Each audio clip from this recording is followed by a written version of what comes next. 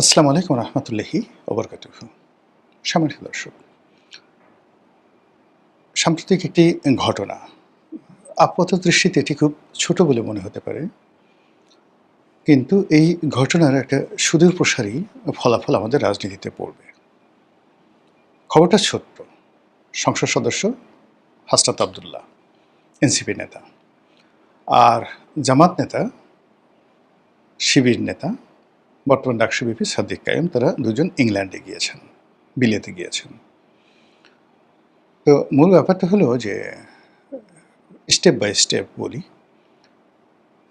সাদিক কায়ুম কিংবা হাসনাত আবদুল্লাহ, মানে তারা যে সামাজিক অবস্থায় বা যে পরিবার থেকে এসেছেন, সেখান থেকে যদি এই তাদের বর্তমান অবস্থা ধরেন, নিজেদের সামর্থ্য অনুযায়ী ট্রাভেল এরিয়া যদি হয় তারা যেতেন বা যাওয়ার ইচ্ছা থাকতো, তাহলে তারা হয়তো বড়জোর সিঙ্গাপুর যেতেন, বড়জোর মালয়েশিয়াতে যেতেন, ভুটান যেতেন। আর এই যে তারা যে বিলেতে গেলেন, ইংল্যান্ডে গেলেন, এটা হিউজ কস্টলি।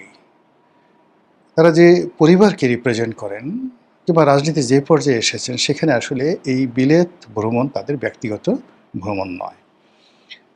এই ভ্রমণের পেছনে জামায়াত ইসলামীর গ্রিন সিগন্যাল, ফাইন্যান্স এবং যাকে বলা হয় নেগোসিয়েশন রয়েছে, একটা ভিশন এবং মিশন রয়েছে।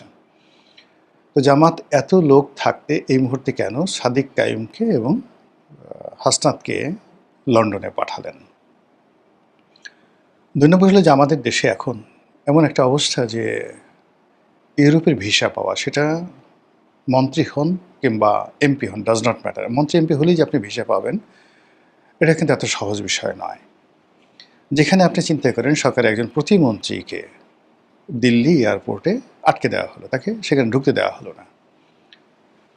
যে বদনাম বা যে অভিযোগ বা যে অপপ্রচার চলছে, সেটা হলো স্বয়ং প্রধানমন্ত্রী এখনো পর্যন্ত আমেরিকার ভিসা তিনি পাচ্ছেন না বা পাবেন না। তিনি জাতিসংঘ অধিবেশনে যেতে পারবেন, সেটা হলো অ্যাজ এ ডেলিগেটস হিসাবে, এবং ওটা শুধুমাত্র জাতিসংঘের অধিবেশন কেন্দ্রিক নিউ ইয়র্কের একটা নির্দিষ্ট এলাকা পর্যন্ত তিনি মুভমেন্ট করতে পারবেন। কিন্তু আমেরিকার ভিসা এখনও বাংলাদেশের প্রধানমন্ত্রীর কপালে জুটেনি। এই ধরনের কথাবার্তা চলছে, আমরা সত্য মিথ্যা কিছু জানি না। তো সেই অর্থে আপনি জামাতের এমপি হলে বা বিএনপির এমপি হলে এই যে ইংল্যান্ডের ভিসা পাবেন, নট লাইক দ্যাট। এখানে ইংল্যান্ড যখন এই দুজনকে ভিসা দিয়েছে, ইট মিনস সেখানে একটা ইংল্যান্ডের সরকার এবং ইংল্যান্ডের যে প্রেশার গ্রুপ রয়েছে তাদের সঙ্গে জামাতের, এনসিপির, হাসনাত কায়ুমের একটা যাকে বলা হয় নেগোসিয়েশন হয়েছে, এবং তারা চাচ্ছে যে তারা ইংল্যান্ডে যাক। থার্ড, যেটি আওয়ামী লীগের লোকজন এরকম কোনো ঘটনা ঘটেছে কিনা, করেছে কিনা, একবার শুধু এরকম একটা ঘটনা ঘটেছিল। সেটা হলো এই তারা এই হাসনাত আবদুল্লাহ এবং সাদিক কায়ুম, তারা অক্সফোর্ড বিশ্ববিদ্যালয়ের একটা ক্লাব রয়েছে, ডিবেটিং ক্লাব রয়েছে, সেখানে তাদেরকে দাওয়াত করা হয়েছে বক্তব্য দেওয়ার জন্য। এটা চারটিখানি বিষয় নয়। যেমন স্যাথাম হাউজের সঙ্গে একটা বৈঠক করা, তাদের একটা গবেষণা করা, বা এই অক্সফোর্ডের যে ডিবেট ইউনিয়ন, এখানে বক্তব্য দিতে পারা, যাওয়া, এটা প্রথমত সহজ ঘটনা নয়। আপনি এখানে অনেকগুলো বক্তব্য দিয়েছেন, একবার বা দুবার বক্তব্য দিয়েছেন এখানে ভারতের শশী থারুর। এখানে একটা অনুষ্ঠানে বক্তব্য দিতে গিয়েছিলেন আওয়ামী লীগ সরকারের যে পররাষ্ট্র উপদেষ্টা ছিলেন, ডক্টর গহর রিজভী। আপনি জানেন যে গহর রিজভী ওয়ার্ল্ড রিনাউন্ড একজন অধ্যাপক। তিনি অক্সফোর্ডে পড়িয়েছেন, কেমব্রিজে পড়িয়েছেন, হার্ভার্ডে তিনি ফুল অধ্যাপক ছিলেন। তো কাজে তার মতো মানুষ সেখানে বক্তব্য দিতে গিয়ে সাংবাদিক মেহেদি হাসানের ইন্টারভিউতে যেভাবে তিনি সেখানে নাস্তানাবুদ হয়েছেন, বিস্ময়কর। তো এইরকম একটা জায়গাতে হঠাৎ করে সাদিক কায়ুম এবং হাসনাত আবদুল্লাহকে দাওয়াত করা হলো কেন? এবং অক্সফোর্ড বিশ্ববিদ্যালয়, ঢাকা বিশ্ববিদ্যালয়ের ভিপি এবং ঢাকা বিশ্ববিদ্যালয়ের একজন ছাত্র এবং বর্তমান সংসদ সদস্য, তিনি বক্তব্য দিতে যাচ্ছেন। এটি এলিট সোসাইটিতে, আমাদের দেশের যে এলিট সোসাইটি যারা আছেন, সেটা দেবপ্রিয় বলেন, প্রথম আলো বলেন, অন্যান্য যারা বলেন, যারা নিজেদেরকে এলিট মনে করেন, পার্থ বলেন, তারা সবাই হায় আল্লাহ, এটা কী করে সম্ভব?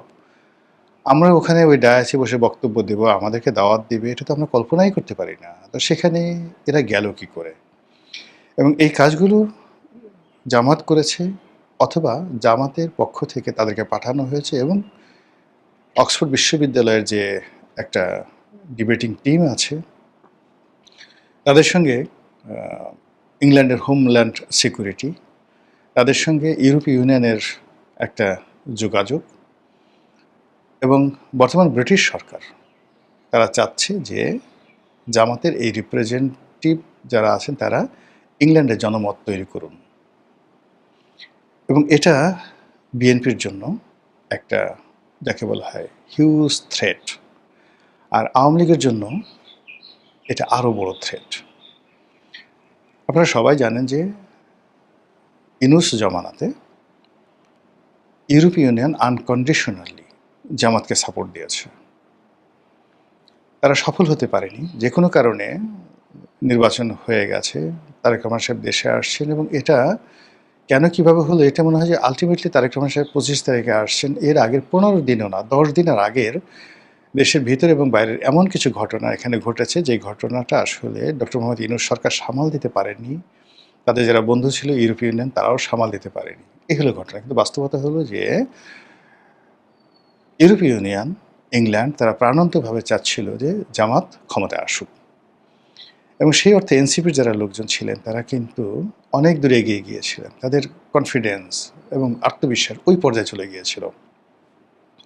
সেই সম্পর্কটা কিন্তু নষ্ট হয়নি, বরং নির্বাচনের এক মাস পরে আবার ইউরোপীয় ইউনিয়ন যে নড়াচড়া শুরু করেছে, সেই নড়াচড়াতে তারা 1 নম্বর তাদের পছন্দের দল হিসেবে তারা জামাতকে বেছে নিয়েছে এবং দ্বিতীয়ত তারা এনসিপিকে প্রমোট করতে চাচ্ছে এবং এর প্রেক্ষিতে এনসিপি যেভাবে পুনর্গঠিত হয়েছে এবং যে কনফিডেন্স নিয়ে জামাতের আমির, এনসিপির সভাপতি নাহিদ ইসলাম তারা যেভাবে কথা বলছেন, যেভাবে হাসনাতের আসলে শেষ হয়ে যাওয়ার কথা, হাসনাতের যে পার্লামেন্টে আসাটা মূলত এটাকে একটা অ্যাক্সিডেন্ট বলতে পারেন, এটাকে নিয়তি বলতে পারেন, এটাকে ভাগ্য বলতে পারেন। কারণ ওখানে যদি ভোট হতো, বিএনপির যে প্রার্থী মঞ্জুরুল ইসলাম যে মুন্সি সাহেব আছেন, ফখরুল ইসলাম মুন্সি, তিনি যদি থাকতেন তাহলে হাসনাত কত ভোট পেতেন, এটি নিয়ে যথেষ্ট প্রশ্ন করার সুযোগ আছে। কাজেই এটা এই যে মঞ্জুরুল ইসলাম মুন্সি সাহেবের প্রার্থিতা বাতিল করা, এটা দুর্ঘটনা হতে পারে, এটা অ্যাক্ট অফ গড হতে পারে, বা এটা মার্কিন যুক্তরাষ্ট্রের ডিপ স্টেট পলিসির একটা থিওরি হতে পারে। কাজেই হাসনাতকে পাশ করিয়ে আনা, হাসনাতের পার্লামেন্টে যাওয়া, আবার পার্লামেন্টে যাওয়ার পরে হাসনাত যে ক্ষমতা দেখাচ্ছেন, যে কথাগুলো বলছেন, প্রধানমন্ত্রী থেকে শুরু করে সরকারের যে সকল পাওয়ারফুল মিনিস্টার রয়েছেন তারা যেভাবে হাসনাতকে ভয় পাচ্ছেন, হাসনাতকে প্রিভিলেজ দিচ্ছেন, হাসনাতকে ফ্লোর দিচ্ছেন, it is as it is, মনে হচ্ছে তার পেছনে আমেরিকা আছে, তার পেছনে মার্কিন ডিপ স্টেট আছে, তার পেছনে ইউরোপ আছে, তার পেছনে আরও বড় বৃহৎ শক্তি আছে। যদি সেটা না থাকতো তাহলে হাসনাতকে এভাবে পার্লামেন্টের ভিতরে এবং বাইরে সরকার কখনোই এতটা প্রিভিলেজ দিত না। এটা স্বাভাবিক। যেখানে ইউনূস জমানাতে বলা হতো যে এনসিপি কোনো একটা দলই না, জামাতকে তারা কোনো দলই মনে করছে না, এখন নির্বাচিত হওয়ার পর তারেক রহমান সাহেব নাহিদ ইসলামের বাসায় যাচ্ছেন, সংসদে নাহিদ ইসলাম যখন কোনো বক্তব্য দিচ্ছেন সেই বক্তব্যটা যে কোনো কারণেই হোক, প্রধানমন্ত্রী, সালাউদ্দিন সাহেব, জামাতের আমির এবং নাহিদ তাদের যে বক্তব্য ইকুইভ্যালেন্ট হচ্ছে, সমপর্যায়ের হয়ে যাচ্ছে। অন্যদিকে পার্থ বা প্রধানমন্ত্রী কিংবা সালাউদ্দিন সাহেব তারা যে লেভেলে বক্তব্য দিচ্ছেন সেটার যে গুরুত্ব হাসনাত আবদুল্লাহর মানে বক্তব্য ঠিক একই গুরুত্ব সেখানে পাচ্ছে, এমনকি বেটার দেন আবদুল্লাহ মোহাম্মদ তাহের। তো কাজী এই যে পার্লামেন্টে নাহিদ ইসলামের উত্থান, তার পারফরমেন্স এবং হাসনাত আবদুল্লাহর উত্থান এবং তার যে পারফরমেন্স, এটার সঙ্গে আসলে ডক্টর মোহাম্মদ ইউনূসের জমানার যে 18 মাস বা নির্বাচনের পরবর্তী 1 মাস এটার কোনো ধারাবাহিকতা পাবে না। মনে হবে যে তারা নতুন করে তাদের যে চুল্লি আছে, পারমাণবিক চুল্লি আছে, রাজনীতির যে নিউক্লিয়ার পাওয়ার আছে, সেই নিউক্লিয়ার পাওয়ারে they have got a new fuel. সেখানে গত 2 মাসের মধ্যে বা আড়াই মাসের মধ্যে, লাস্ট আড়াই মাসের মধ্যে এনসিপির মধ্যে, জামাতের মধ্যে এমন কিছু রিফুয়েলিং করা হয়েছে, এমন কিছু ফুয়েল সেখানে লোড করা হয়েছে যেটার কারণে তারা এখন ভীষণ শক্তিশালী এবং তাদের যে মুভমেন্ট, এই মুভমেন্ট সরকার কাউন্ট করতে বাধ্য হচ্ছে এবং তাদেরকে পাত্তা দিতে বাধ্য হচ্ছে এবং পাত্তা না দেওয়া ছাড়া তাদের কোনো উপায় নাই। এবং আপনি দেখুন যে সাম্প্রতিক সময়টিতে যেভাবে ইসলামী ব্যাংকে একটা প্রবলেম তৈরি হলো এবং জামাতের ইচ্ছায় এখানে সরকার বলতে গেলে, বাংলাদেশ ব্যাংক বলতে গেলে আত্মসমর্পণ করতে নাকে খত দিতে বাধ্য হয়েছেন। আবার যত শক্তিমত্তা নিয়ে যেভাবে সেই আদ্দিন হাসপাতালে যে ঘটনাটা ঘটেছে, এটার যে সেন্টিমেন্ট, এটাকে সরকার যেভাবে ক্যাশ করেছে, সেই ক্যাশমেন্টটা এখন আর সরকারের হাতে নেই।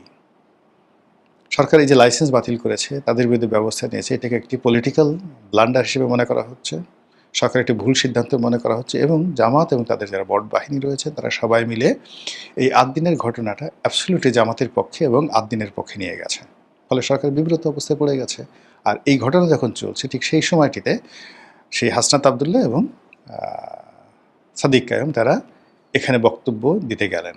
তারা কি বক্তব্য দিবেন, কয়জন শুনবে, সেটা কতটা ভাইরাল হবে, ইট ডাজ নট ম্যাটার। কেন তারা যে বক্তব্য বাংলাদেশে দেন আমরা তো শুনি, এটা তেমন কিছু হবে না। কিন্তু মূল ব্যাপারটা হলো এখানে প্রেক্ষাপটটা বিবেচনা করতে হবে যে তারা প্রথমত বিলেত গেলেন, দ্বিতীয়ত এখানে তারা অক্সফোর্ডের মতো বিশ্ববিদ্যালয়ে বক্তব্য দেওয়ার সুযোগ পেলেন, তৃতীয়ত হলো তাদেরকে সেই সুযোগটা দেওয়া হয়েছে একটা পক্ষ থেকে, শক্তিশালী পক্ষ থেকে। এবং এই যে তারা যে সেখানে গেলেন তার পেছনে ফাইন্যান্স থেকে শুরু করে সমস্ত কিছু একটা শক্তি করেছে, বাংলাদেশে একটা শক্তি করেছে, বিদেশে একটা শক্তি করেছে। এবং এটার কারণে কি হলো, এখন সরকারের পক্ষ থেকে যদি কোনো সরকার দলের সংসদ সদস্য তাকে আহ্বান করা হয় বক্তব্য দেওয়ার জন্য, কোনো মন্ত্রী যান, কোনো এমপি যান, কিংবা সরকারি দলের ছাত্রদলের সভাপতিকে সেখানে নেওয়া হয়, তাহলে ধরে নিতে হবে যে এটা অ্যাজ ইউজুয়াল। যদি সরকার চেষ্টা করে সেটা না করতে পারে বা তাদেরকে কেউ ডাকে, ধরে নিতে হবে something is happening, something is cooking, কিছু একটা রান্না হচ্ছে। ২ নম্বর হলো যে এই যে তাদের আগমনকে কেন্দ্র করে সেখানে যে আওয়ামী লীগ রিয়াকশন দেখাচ্ছে, তারা তাদের যে নর্মাল ফেনোমেনা রয়েছে সেই ফেনোমেনা অনুযায়ী এয়ারপোর্টে গালাগালি করেছে, তারপর সেখানে তারা অক্সফোর্ডে গিয়ে তারা মিছিল মিটিং করেছে। এটা আসলে যদি জামাতের আমির যেতেন ইস্যুকে, কিন্তু হাসনাদের সাথে সাদিক কায়ুমের সাথে তারা যে আচরণগুলো করছে এবং তারা যেভাবে প্রসেশন করার চেষ্টা করছে, ইট মিনস সাদিক কায়ুম এবং হাসনাদ জাস্ট লাইক মনে হচ্ছে আগামী দিনে বাংলাদেশের প্রধানমন্ত্রী এবং আগামী দিনে শেখ হাসিনার প্রতিদ্বন্দ্বী, আগামী দিনে আওয়ামী লীগের কন্টেম্পোরারি অপোনেন্ট। এই জিনিসগুলো মনে করার কারণেই